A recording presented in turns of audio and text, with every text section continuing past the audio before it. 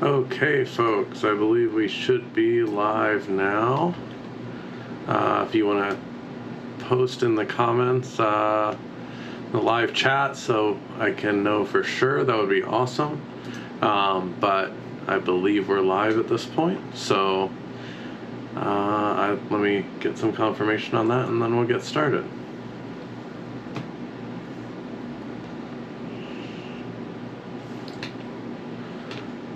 Okay, so I'm going to assume we're live. I'm going to assume the audio is all working and we're good to go. So with that said, let's jump right into it. So, excuse me. Tonight I wanted to go over a few things. So one, the Buell review of the Buell reveal of the Super Touring.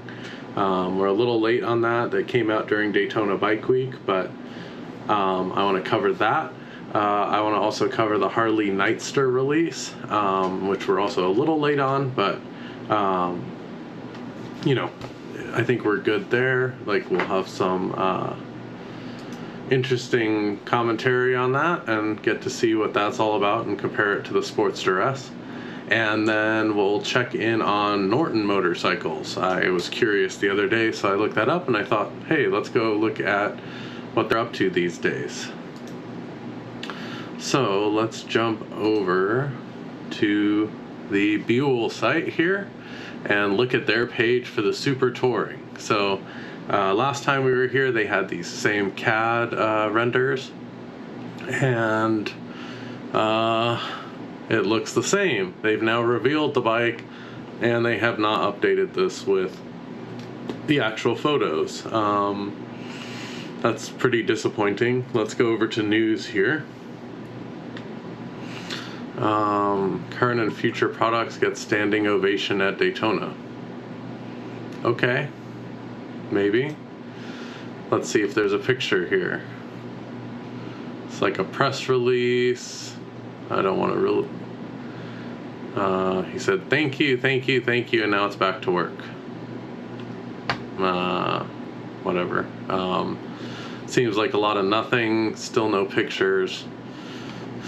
That's really disappointing. I mean, at some level that looks like a press release, right? No pictures, just some, like, text for people to quote, but, like, come on, guys. So... then let's look at someone who is willing to show it to us. So let's go over here. See this picture? It's not very good. I'm actually going to go over to this site. So here they have a copy again of, this is rideapart.com. And if this will actually load.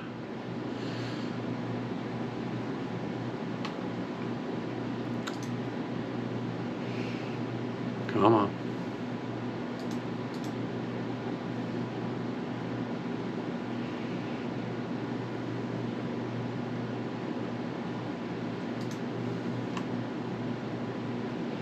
Well, that has decided not to load. Great.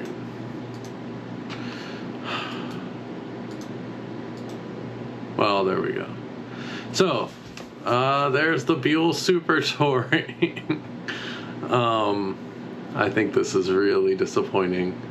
I mean, it doesn't look like a finished product, unfortunately. It still has very, like, this just doesn't look finished. It looks like you slapped two headlights in a little piece of sheet metal you bent up, and that was it. So it's like, come on, guys, you can do better.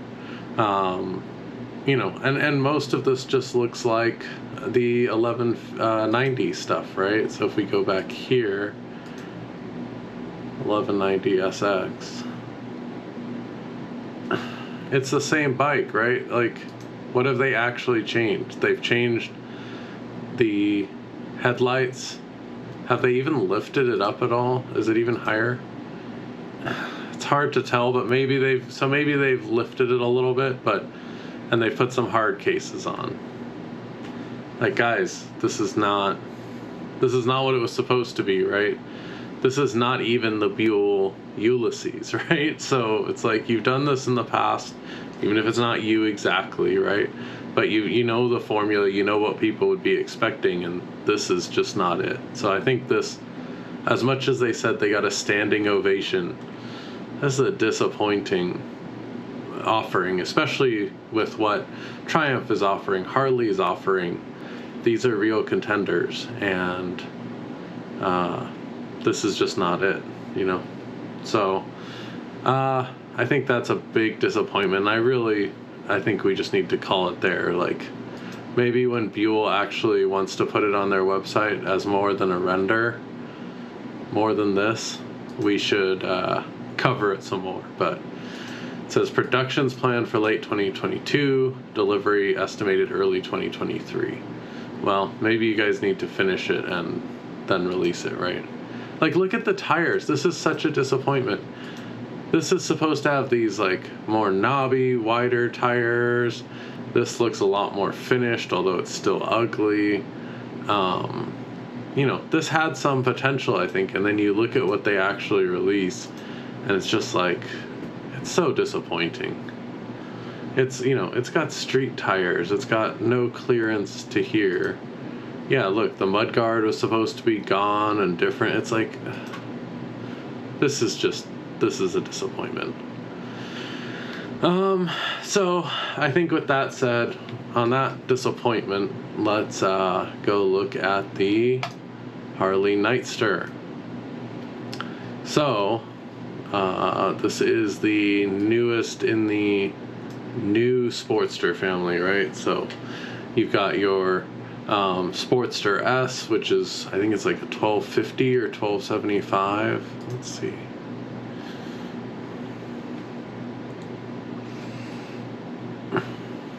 I don't want to do your survey. I'm trying to look at your bikes.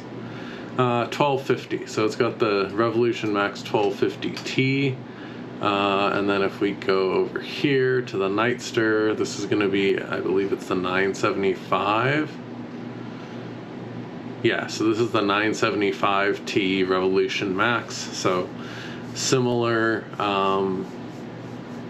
engine, you know, just a different bore and stroke, which was slightly disappointing to me. I was hoping it was going to have the same stroke so that you could actually just change the jugs and, you know, maybe have some headwork done or something and make it into a 1275, kind of like or 1250, should I say, like the old Sportsters, but that's not the case. So, you know, we're kind of, for better or for worse, the engine upgrades and stages seem to be pretty much a thing of the past, right? Or at least relegated to the air-cooled models. I think overall this looks better in a lot of ways than the Sportster S. It doesn't have the try-hard dirt tracker look. You've got the exposed shocks, which, you know, dual exposed shocks, more like your Dyna, your Sportster. I think that's cool. It looks more like a Harley. The exhaust, it's ugly. It's a stock exhaust. So what do you expect? They got to put those catalytic converters somewhere. You know, I still don't think it looks as good as a Sportster, air-cooled Sportster. It just lacks, I think, you know, it lacks the ability to see through here. You just have this big block of a motor just slammed in the chassis there. And, you know, they've also changed out, they don't have dual front discs on this model. They don't have the inverted front end. So it seems like you are giving up a lot of performance in this compared to the Sportster S, which is a little unfortunate. The vivid black, I'm not a huge fan of this graphic. I think the red looks a lot better with that graphic on the tank. I think this side of the motorcycle is kind of, it's a lot different than this, right? Like, this is smooth, clean lines, you know, it's Harley and all that kind of, you know, branding and styling on this side, and then you get to this side and it's like, did they just run out of time or what, right? Like, why don't they at least have covers on this side to make it look like the other side? At least have, this is all silver, and then this is all black, silver and black at the bottom, which kind of matches, but I think they could have done more to style this side of the motorcycle and really make it, you know, kind of match and tie it all together. But that's just my opinion there. Now, if we look at this, this is 13.5, 14,000 with the paint. So that's actually, you know, that's a significant difference. The Sportster S, how much does that go for? Let's see here. Sportster S.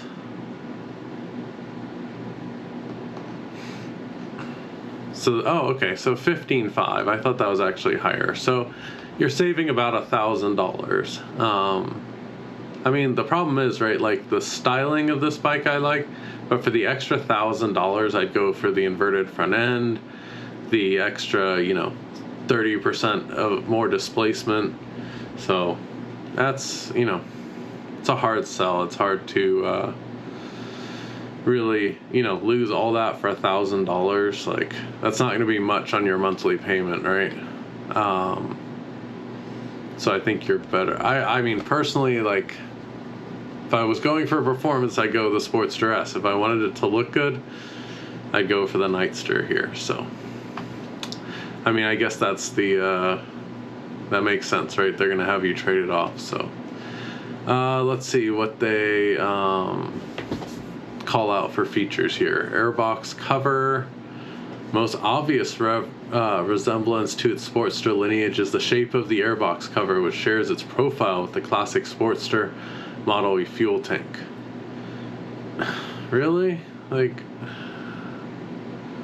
I guess. Like, that's a pretty low bar, because that doesn't even look much like a Sportster tank. It looks like the super low tank, if anything, which, yeah. 19-inch front wheel, 16-inch rear wheel, exposed dual rear shocks, modeled after previous Sportster chassis, so that makes sense, more of a throwback. Liquid cooled Revolution Max, we know about that. Function frame, it's not a traditional frame, stressed member, it's all kind of the same. Your rider safety enhancements, so your traction control, your ABS. Okay. Weight distribution. Using lightweight materials and shifting components to new places has helped reduce overall weight. Okay, let's check that. And then ride modes. Selectable ride modes electronically. This is cool. You get your road mode, rain mode, and sport mode. So to adjust your engine, braking, power delivery, ABS, and TCS traction control settings. Makers and creators. So this is like, oh, you should buy into it because we gave these to people and had them do custom things with them. Which, okay. And they have some film about how it's an instrument of expression, make it your own, so we can look at what parts they're going to offer. And let's check. They said they made this lighter, so let's see. Weight in running order, 481 pounds. So let's check the Iron 883.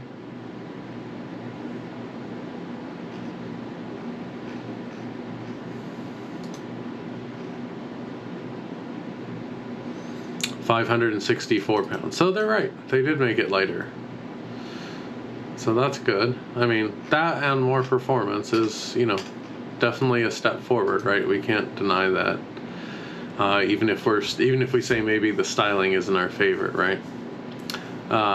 So 60 pounds is nothing to sneeze at, right? Like, that's 10% of the bike's weight, more than 10%. So let's take a look at the parts. Reach solo seat, passenger pillion, adversary. So they've got this new adversary line, it looks like. So you can change up the covers on the engine. So you've got your grips, some mirrors, passenger foot pegs, a forward control kit for people who like forward controls. Velocity stack. Is this? No, this is just for show.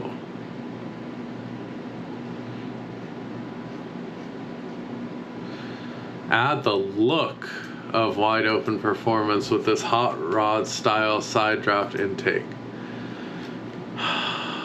Really, guys? They have a video. Okay, let's the all-new Nightster looks great. Now let's step it up a notch with these two intake options. First up, the Velocity Stack. I like this. It's got that performance look, hot rod styling. It's manufactured at a 2.5-inch spun aluminum, and you got two color options, either clear anodized or, as you see right here, the gloss black. If you look inside, you'll see the stainless steel mesh. Bumping it up quite a bit, the heavy breather. Now this is that reusable, washable element air filter. So you're gonna save some money and you're gonna add some performance to your bike. You get two color options, either chrome or gloss black. Both kits come with necessary hardware. Question is, which intake are you putting on your Nightster? Okay. Are these both fake? I don't believe that that's... So either this is going into the airbox and then in the airbox there's a filter, or it's just completely fake. But then there's like the heavy breather, which is now like an actual air filter that's also fake. Where are the installation instructions? Let's see here. Ooh, it's 2 wrenches. You need 2 wrenches of skills. So you've got screws, 2 types of screws, the device, and then the intake itself. Let's see here.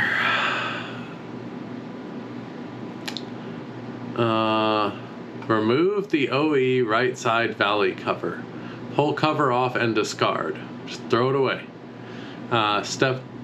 See figure 3, remove right side valley cover bracket. Remove small screw, all the screws, and throw them away. Just throw them away, and then remove the bracket.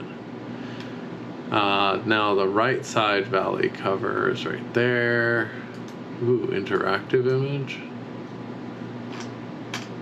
I can't do anything. So I can zoom in and out. Cool. Thanks, guys. What? What does that do? Oh, does that just reset it? Yeah, it just resets it. Okay, I thought maybe it was going to actually turn. Okay, let's not do that again. Install the velocity stack. Okay, so it looks like there is something behind there. Install the small screw, install the large screw. Okay. Let's go find the heavy breather.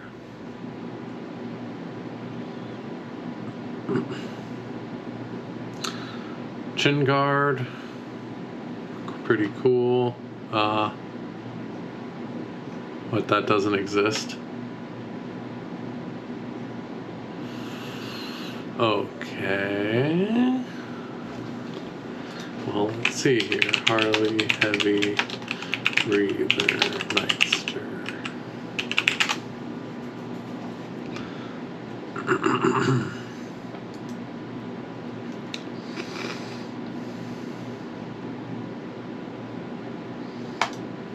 No, that's the old Nightster.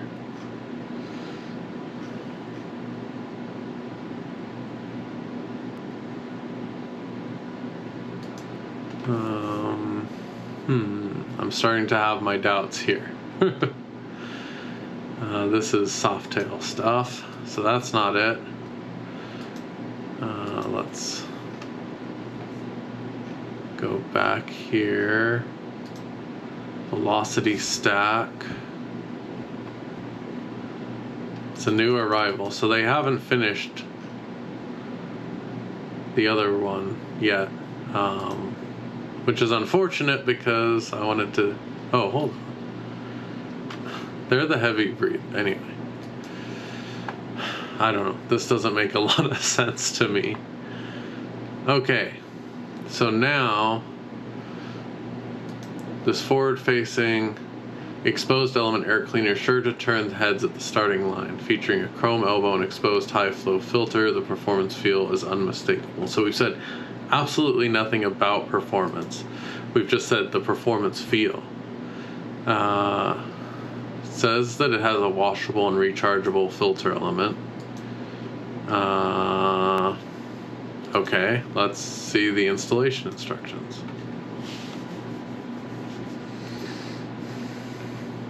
So it looks pretty similar, just with the elbow filter.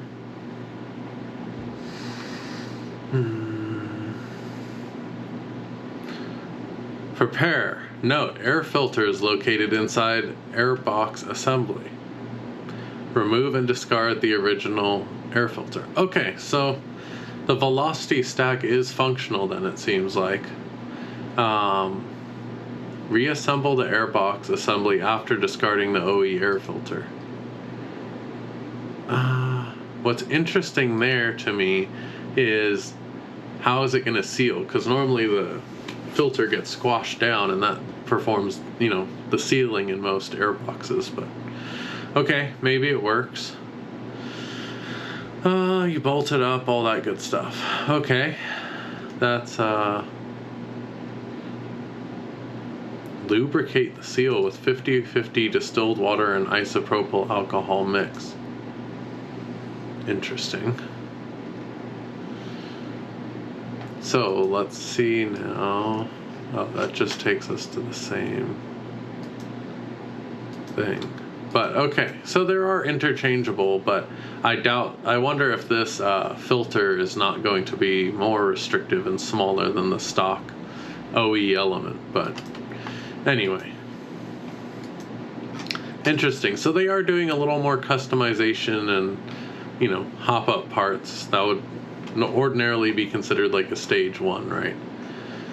But okay, interesting. What other parts do they have down here they're not telling us about? That looks like it's for a street model.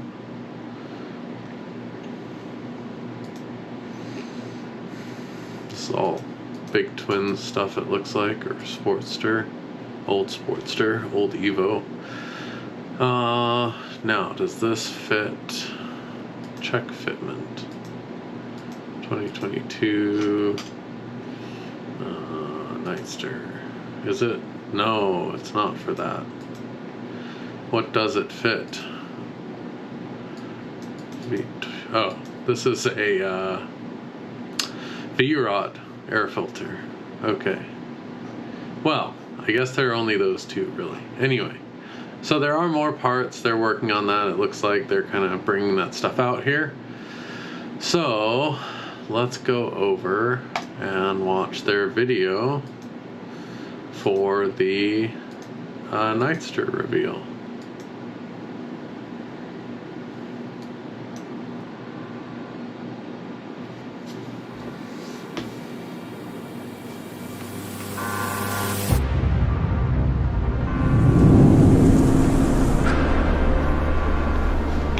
This Sportster is like the first American muscle on two wheels. And there she goes.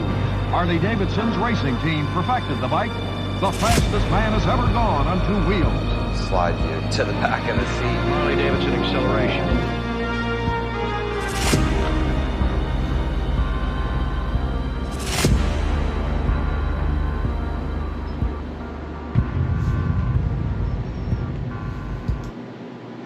Okay, so they're, pointing out the lineage of the Sportster and that they were considered, performance bikes at one point many years ago. And then it seems like they're trying to tie this back to the performance and customization rather than the Sportster S, which is more just focused on performance on its own. So, Okay, let's continue here.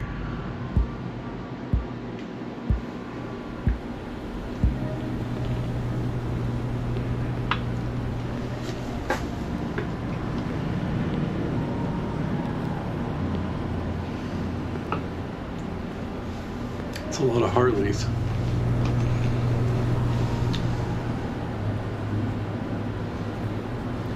Hey, Ben. Ashley. Thinking about what I'm going to say. Serious business. Nightstar. Go through some of the design process. Tough decisions. I know we went back and forth on this guy a few times. Yeah, I think it's, about the experience when riding this bike. So now we have a scripted Yeah. moment about it being unscripted.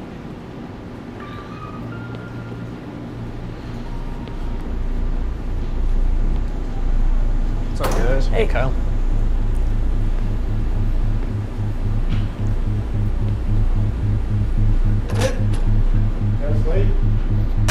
Let's do it. With any Harley-Davidson, the engine is the heart of the motorcycle. And with Revolution Max, Pan America, and with Nightster, we've taken that really literally. We started with the engine, frames bolt to the front, subframes bolt to the back, and that's what creates the motorcycle. We're delivering this powertrain with a brand new displacement. So 975 cc's, variable valve timing, a downdraft air intake system that really helps this engine deliver torque, deliver power. Seeing it finally come together is pretty exciting. There's nothing on this bike that doesn't need to be there. The soul of this motorcycle is, gritty and rebel and raw. And so that's where we get some of these cast-looking finishes and really pull some of the surfaces forward and backwards. And that's how we play with your eye and give it visual interest. Yeah, the Revolution Max has a really interesting combination of all that technology, all that performance, the power, the torque, but at the same time, it's got all the craftsmanship that comes along. Notice they won't show the left side of the engine, so that's kind of interesting. Along with being built at Pilgrim Road here in Milwaukee.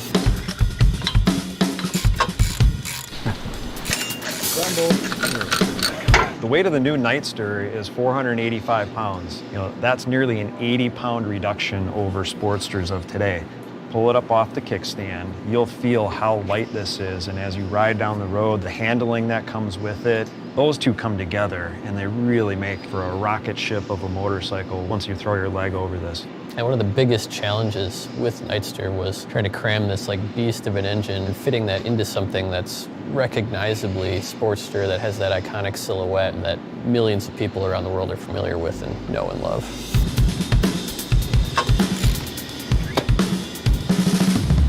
That's probably one of the biggest points of tension in the project, is how do you solve that combination of fuel, air volume, running into that proportion and silhouette that people expect. And in the end, the dual outboard shocks and the architecture of the motorcycle allowed a really radical solution to put the fuel underneath the seat. And That's not revolutionary, I mean, come on. You guys have been doing that since the V-Rod, come on. That's 20 years, guys. frees up the area that would traditionally be the fuel tank up here to become only airbox, and it allowed us to get this into the size of the old Sportster fuel tank. There are other benefits that we get from that too. When we move the fuel tank underneath the seat here, center of gravity of the bike stays low, which actually helps to make this bike feel even lighter and more maneuverable. We've increased the lean angle by 3 to 5 degrees on each side of the bike compared to Sportsters of today. We have 3 ride modes: rain, road, and sport. Especially riding this bike in sport mode. This bike is fast. You can run it all the way out to over 9,000 RPM, and it just keeps pulling and pulling and pulling the whole way. It almost feels like you have 2 different types of engine, right? Like if you're used to riding Harley Davidsons, like the low end up 5,000-6,000 RPM might feel a little bit familiar to you, but on top of that, you've got like this whole other rev range and this whole other character that really brings the horsepower, brings the speed and the exhilaration to this bike. So when we design a motorcycle, We're always making sure that the choices that we make enable customization, and they allow riders and builders to make these bikes their own kind of instruments of expression. So there you go. So they're talking more about the customization and options on this bike versus the Sportster S or Pan America, right? So they're trying to appeal to that classic Sportster rider, or the air-cooled Harley rider. Small example of that on Nightster is that we're using a separate riser system, and that you could put tall risers on there, you could put a differently shaped handlebar on there. But the choices that we've made in the design in that particular area, they're not precluding any style of motorcycle. You can build it with clip-ons, you can build it with a T-bar, you can build it with ape hangers, just really flexible. Hundreds of people at Harley Davidson have put their daytimes and their night times and their weekends and their holidays into making this bike what it is here today. And so we're excited to be able to showcase that effort and send it off into the world and see what riders do with it, see what builders do with it, see what kind of life it takes on beyond these walls.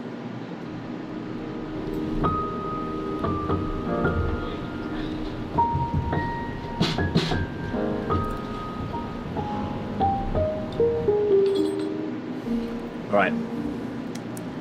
Alwyn, we good? All right. Yeah. First take. Just see what happens, mate. See. What is this? We've just given up on the Harley and now we're going into music. This should be good. We'll get a nice copyright claim here. Well, let's get to it. What happens?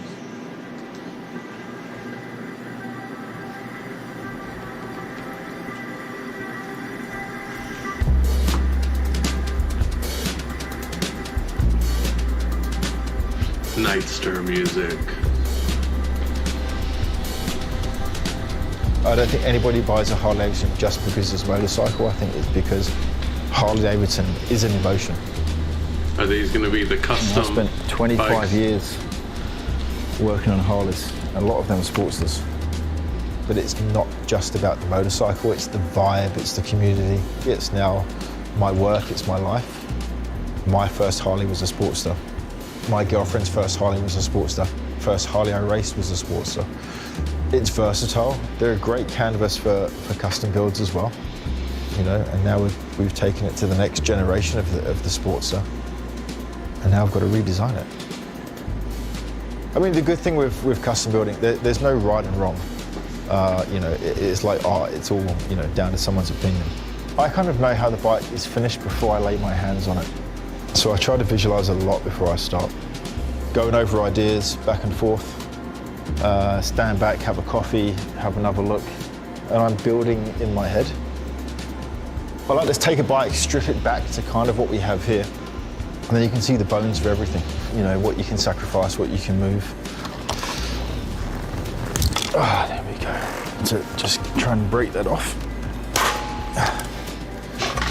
We don't need that. Everything is redesigned, the technology is light years ahead of what we've had before, and an animal of a motor, loads and loads of power.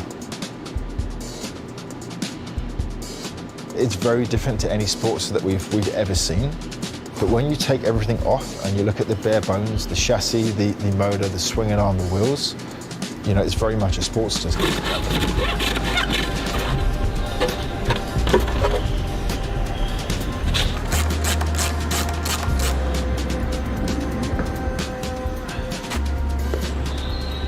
A simple design is sometimes the best design. It's an awesome looking machine, and that's kind of what the Sports has been for many, many decades. If it's not broken, don't change it. But that's specifically what they did. I mean, it was either broken and they changed it, in which case he's right, or it was fine and they broke it. So it's kind of a weird thing to say there.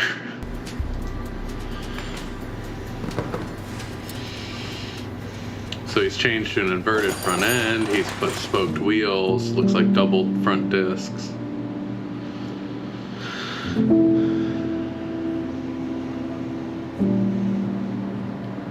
Another musical interlude.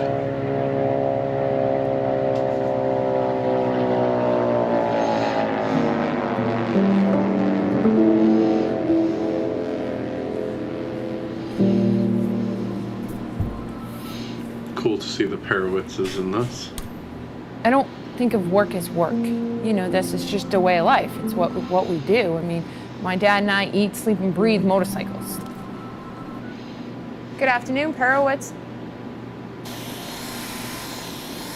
That's how I work, with all the lights off, just one little light. People ask me how long you've been doing this. Well, the last job I had was 1970.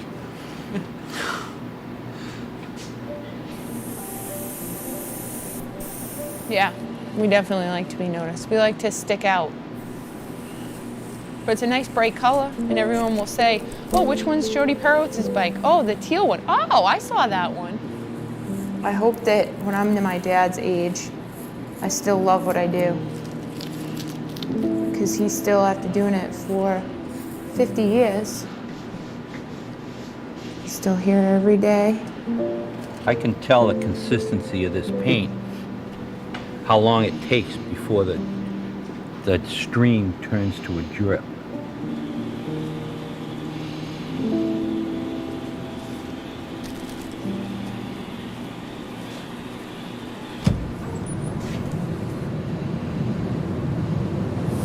I can't wait to get all these together and on the bike.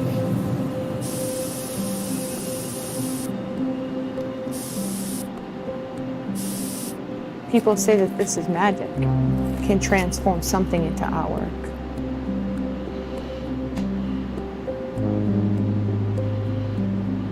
Art is something creative. It can be anything. It's a nice gold leaf, or yeah, look at that. The closer it's getting. Do we have a ratchet that we can get in there? A socket? A little. I gotta get on these studs. I think it looks so cool.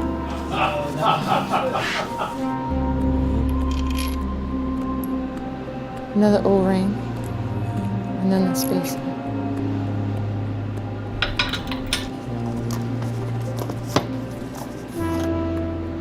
Like that? Yeah?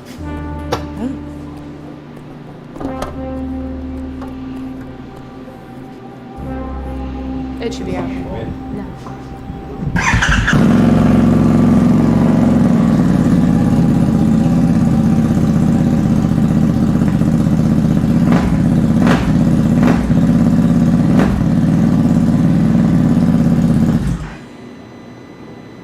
Wow. That sounds so good. Can't wait till it actually runs. I know, me too. That's what I was thinking. It's gonna Like, have some bach. yeah, it will. Like even just a little bit of throttle you can give it. It's like, ha!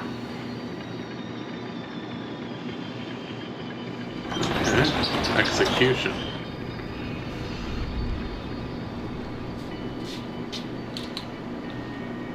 What intrigues me is problem solving.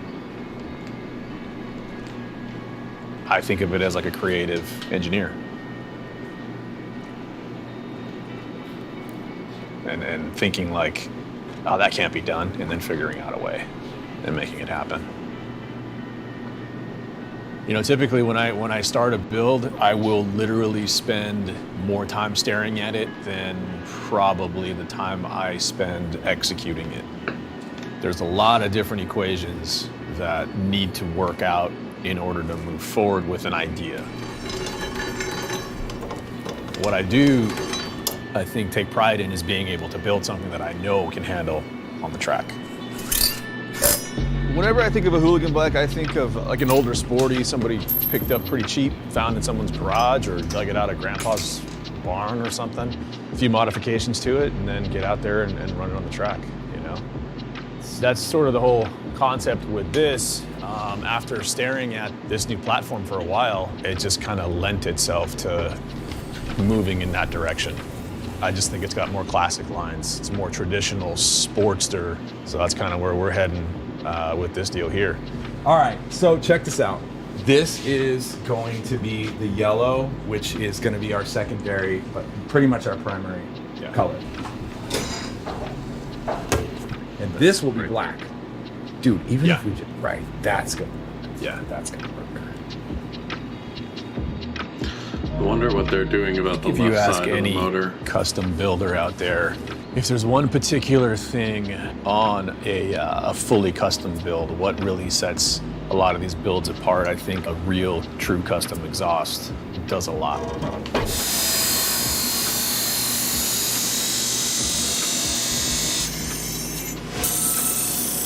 A lot of times I won't even build the exhaust until the rest of the build's done, and then that'll be the last piece of the puzzle.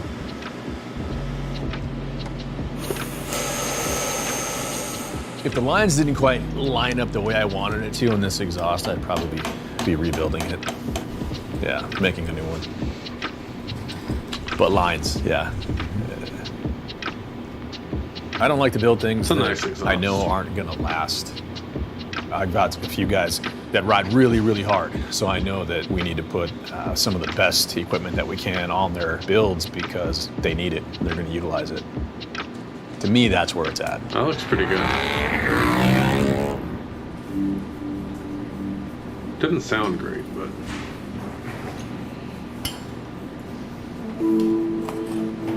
Na, komm ran. Komm ran, ja voll. Gut, ne? Germany.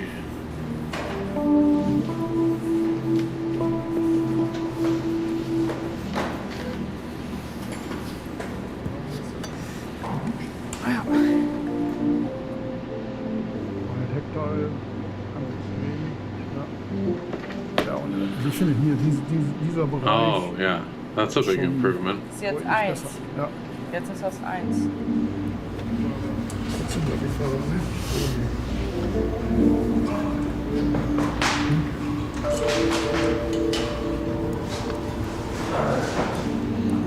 Der schwarze Motor, der macht mega viel aus. Sieht direkt viel brutaler aus. Wir stehen ja darauf, alles ein bisschen kleiner und schmaler zu machen, alles ein bisschen kürzer. Also die Kombination aus Minimalismus und Design. Das Sportstar.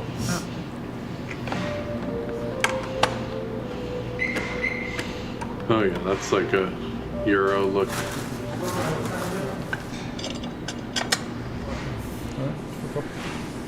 Das ist tatsächlich auch so. Perfekt. Jetzt sieht man Jetzt vollständig. ist komplett. Ja. Das ist ganz cool, auch vor allem für die Leute, die sich Gedanken über die Sportstar, die Nightstar gemacht haben. Wir haben das jetzt gemacht, dass wir was Frisches daraus gemacht haben und die freuen sich bestimmt auch, dass wir jetzt nichts Neues machen wollten. Also nicht die Linie verändern wollten, weil dann ist ja deren Konzept zunichte gemacht. Ja. Das Feintuning. Ja. Also eigentlich war es genau richtig.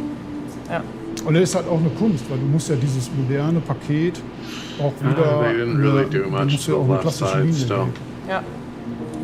Und jetzt ist alles schön flach. Hat auch echt eine gute Position. Also auch wenn man weiter vorne sitzt als gedacht, aber das hat halt direkt diesen sportlichen Charakter, ne? Ja.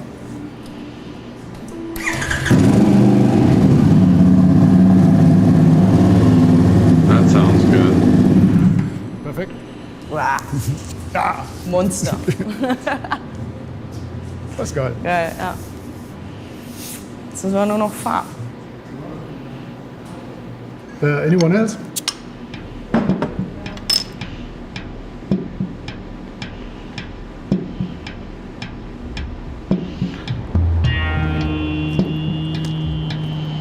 The next musical interlude.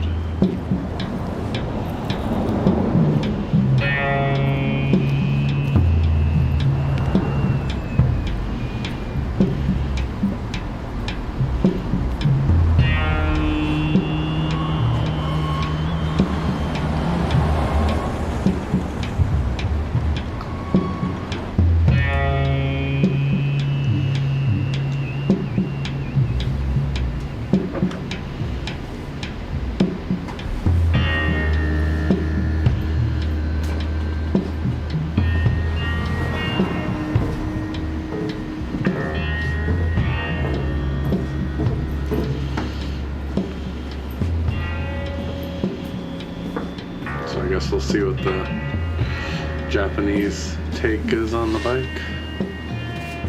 He's got it stripped way down.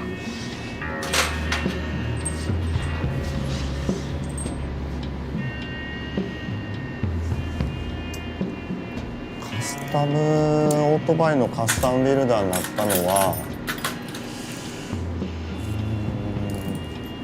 もともとデザインの仕事がしたくて美術大学に行ったんですけどヨーロッパバイクのロッカーズっていう本かなを見てバイクすげえかっこいいと思って。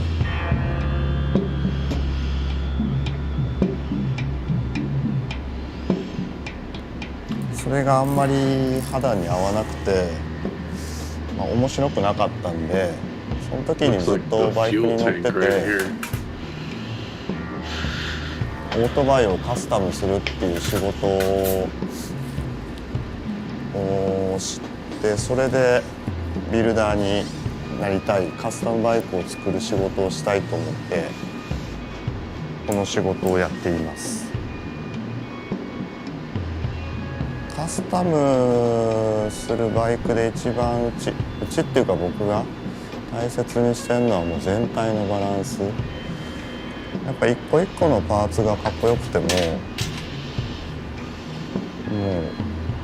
パーツの集合体なんでバイクって車のように一つのボディではないんで、今回のこのバイクみたいに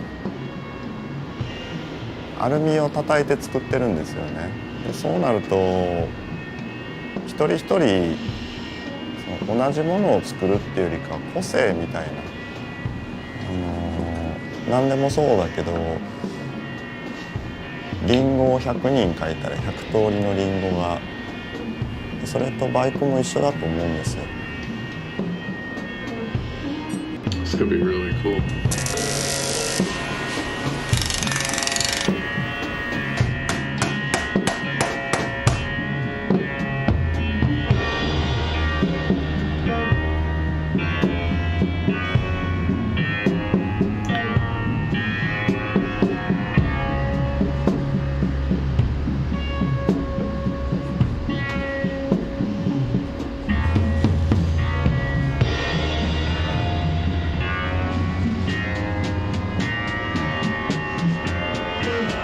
Very minimalistic.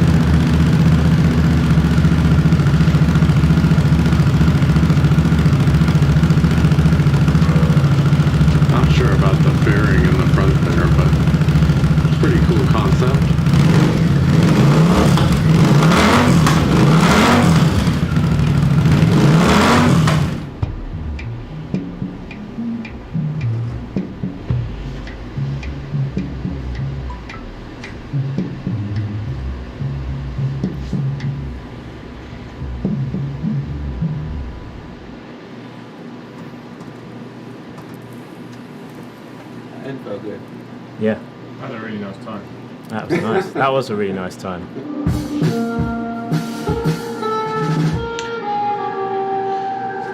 So it's 2 chuggy build, 2 chuggy melody, 2 chuggy power melody, and then you're off to wherever you want to go. The next musical interlude.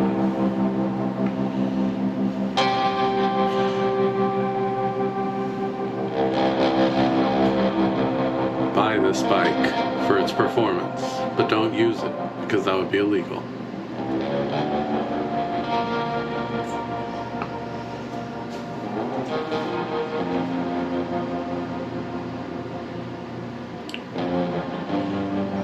Lots of music this time.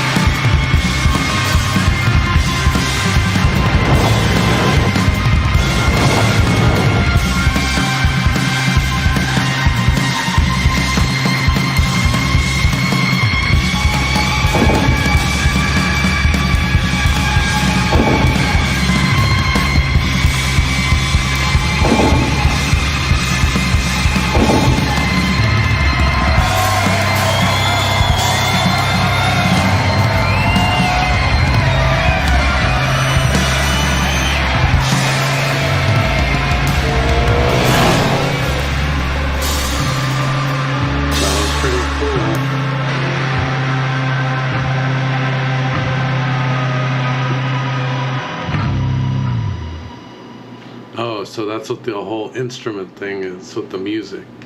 The You know instrument what? of expression. Our company is run by emotion. And I think that's very unique. And I hope it goes on forever. That's what I hope. Little Willie G there at the end for us. Okay, well, that was pretty cool.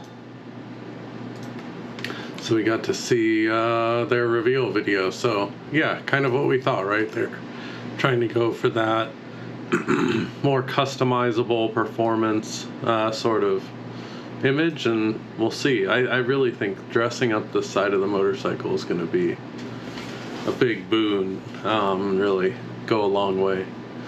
So that'll be cool. We'll see what the aftermarket does too. We'll see what everyone brings out and the kind of builds people do, so we'll probably check in with that later. So with that said, let's go and take a look at the at Norton.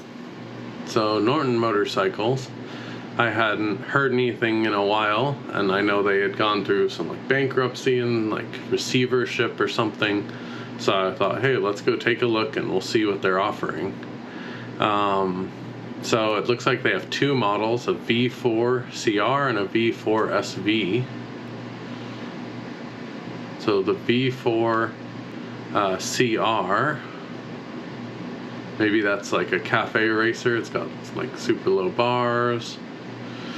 Let's see. Oh yeah, there you go. The V4 Cafe Racer is the rebellious younger brother to the V4 SV, sharing the same superbike DNA but differing in attitude and emotion. Its stripped-back fairing reveals Norton's technical artistry and craftsmanship, naked with nothing to hide.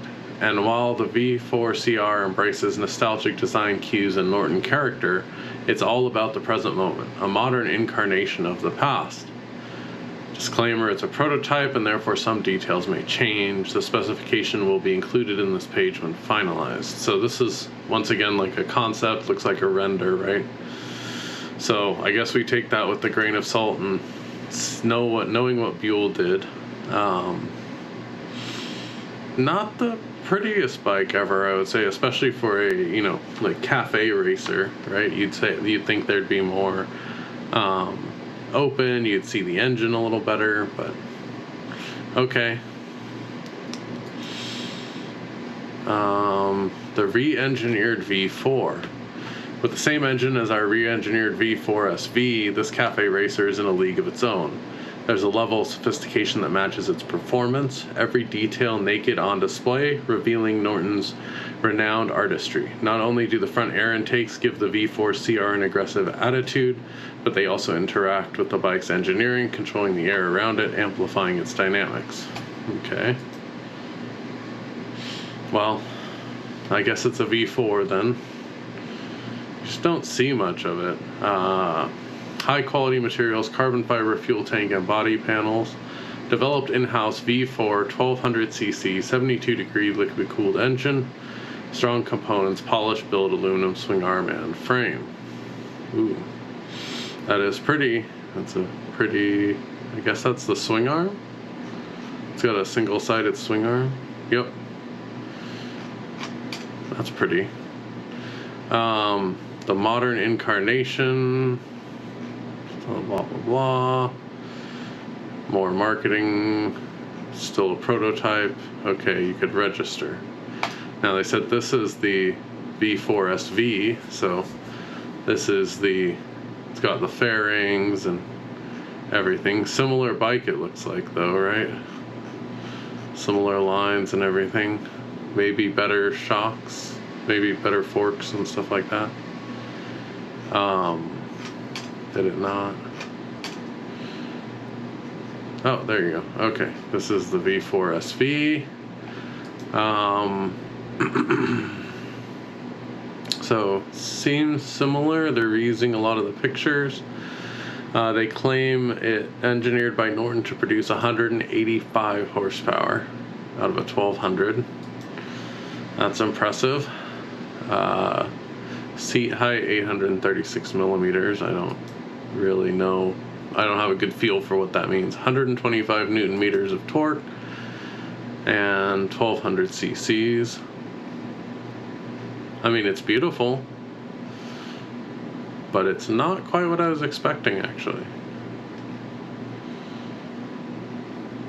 So engine, it's that 72 degree V4, chain-driven cams with idler gear for reduced engine height, titanium inlet valves, slipper clutch, 13.6-to-1 compression, short stroke, kind of expect that, right? 185 horsepower at 12,500 RPM, 125 Newton meters of torque at 9,000 RPM.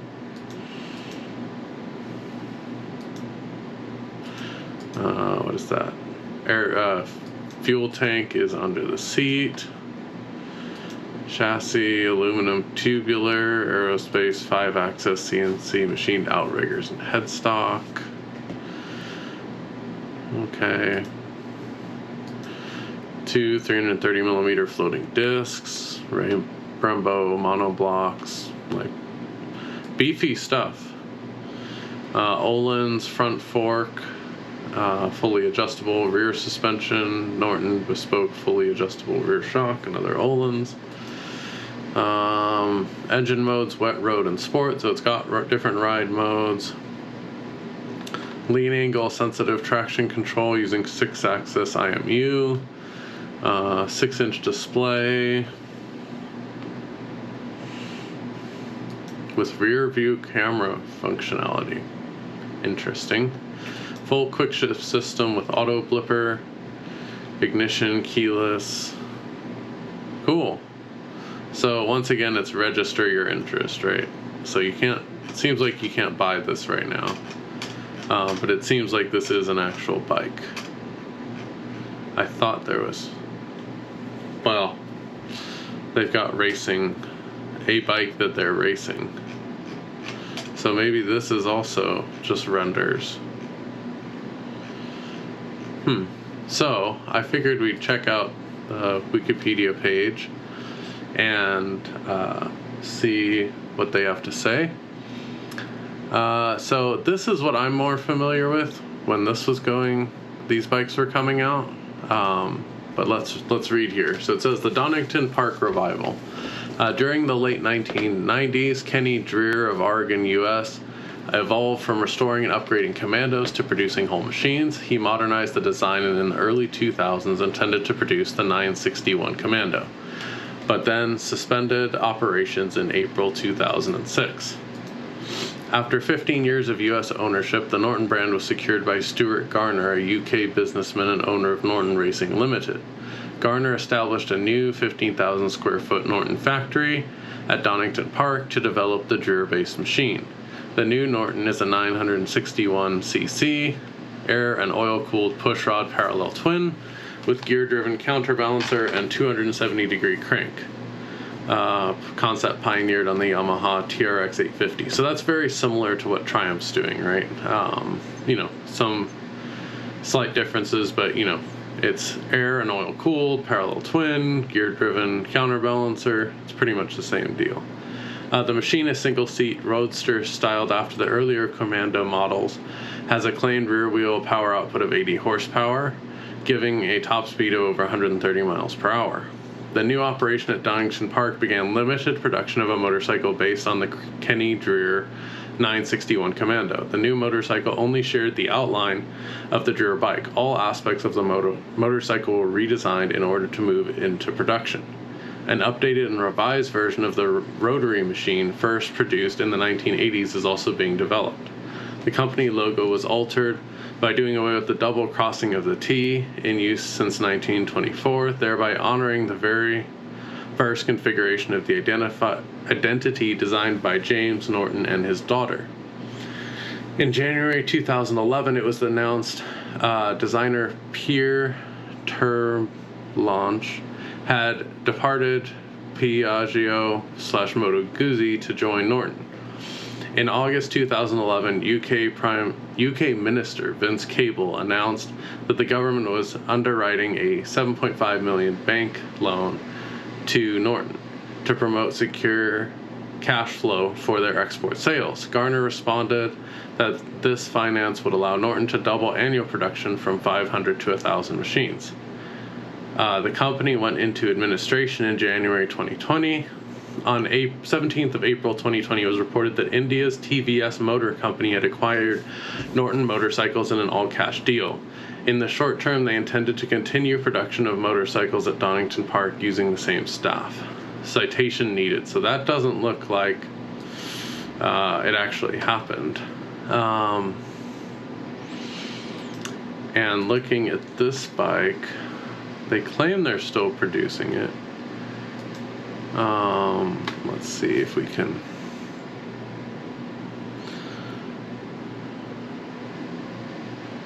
So I don't see anything about it, but it looks like, unfortunately, they've stopped producing this, right? Because we don't see anything listed here, right? Oh. History. So we're going all the way back there. What do they have to say about 2000 to 2020? The fastest British bike at the TT. Norton returned in 2012 and raced year on year to 2019, capitalizing on each of the previous year's efforts, and it showed. The years of development soon paid off for Norton in 2018 as Josh Brooks took the title of the fastest British bike on the SG7 at the Isle of Man TT, a remarkable achievement.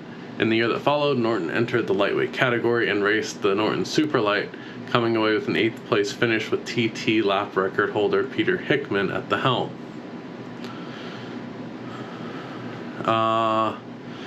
In April 2020, TVS Motor Company acquired Norton Motorcycles, igniting the start of an exciting new era of the brand and its loyal followers and fans, a partnership destined to breathe life into this truly iconic British mark. And now to today. 2021 marks the beginning of the Norton Renaissance, drawing on inspiration from the past to build our legacy for the future. And it all starts with a move to new state-of-the-art facilities alongside the eagerly anticipated launch of new models. These bikes will be the future of Norton. Shaped by innovation and design, they will position Norton where it truly belongs, as one of the most iconic and influential motorcycle brands the world has ever seen. Norton is back up to speed and better than ever. It says over here, Norton produced a limited edition run of the Commando 961 Classic to satisfy the previous company's customer orders. So it looks like this model is now gone, and they're doing these water-cooled models. I mean, it's probably driven by the push towards Euro 5 emissions, so that's not totally surprising, but it's interesting, and it seems like, you know, we're in 2022 now. What's actually going on? When are these bikes actually coming out? So maybe we'll touch base here in the future and look into that. So I'm going to check in with the chat. Thank you, Anthony, for tuning in. I hope you enjoyed the show, and we'll see you guys next week. I'm not sure what we're going to be discussing next week. Maybe going over some of the parts and things we have coming up ourselves in the next month or so, and probably, you know, touching base on any other news and new models coming out.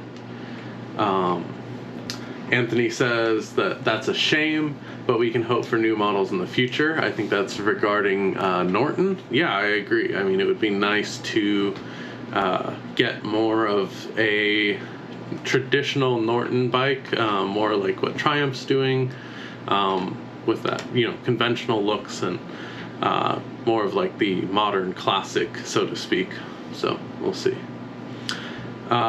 So with that said, thank you guys for tuning in. If you enjoyed the show, if you made it this far, please like, comment, and subscribe, and share this with anyone who you think would find it interesting and fun. So thanks again, guys, and we'll see you next week.